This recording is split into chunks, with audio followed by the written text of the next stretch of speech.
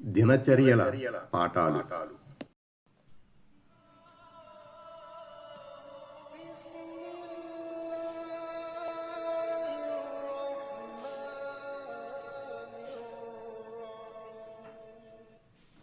ముప్పై ఆరు. స్వప్నం, దాని ఘనత మరియు దాని గురించి అబద్ధమాడే వారికి హెచ్చరిక. ప్రవక్త సల్లల్లాహు అలైహి వసల్లం చెప్పగా నేను విన్నానంటూ అబూ హురైరా రజియల్లాహు అన్హు ఉల్లేఖించారు. దైవ దౌత్యంలో మిగిలినది ముబస్సిరాత్ మాత్రమే. ముబస్సిరాత్ అంటే ఏమిటి అని అడిగారు అనుచరులు. మంచి స్వప్నం అని జవాబిచ్చారు ప్రవక్త సల్లల్లాహు అలైహి వసల్లం. బుఖారీ.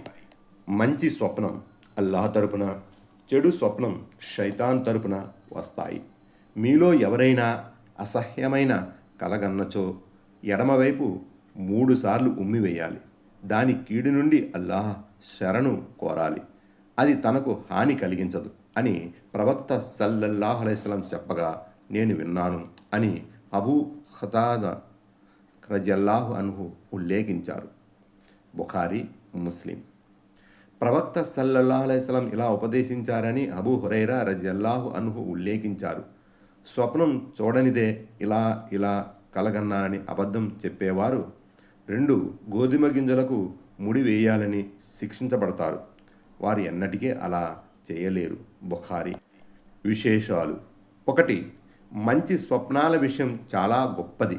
ముబస్సిరాత్ దైవ దౌత్యంలో ఒక భాగం. 2. మంచి స్వప్నం అల్లాహ్ తరపున, చెడు స్వప్నం షైతాన్ తరపున వస్తాయి. 3. స్వప్నాలను గురించి అబద్ధాలు చెప్పేవారికి కఠిన శిక్ష పడును. Please subscribe, touch bell, all,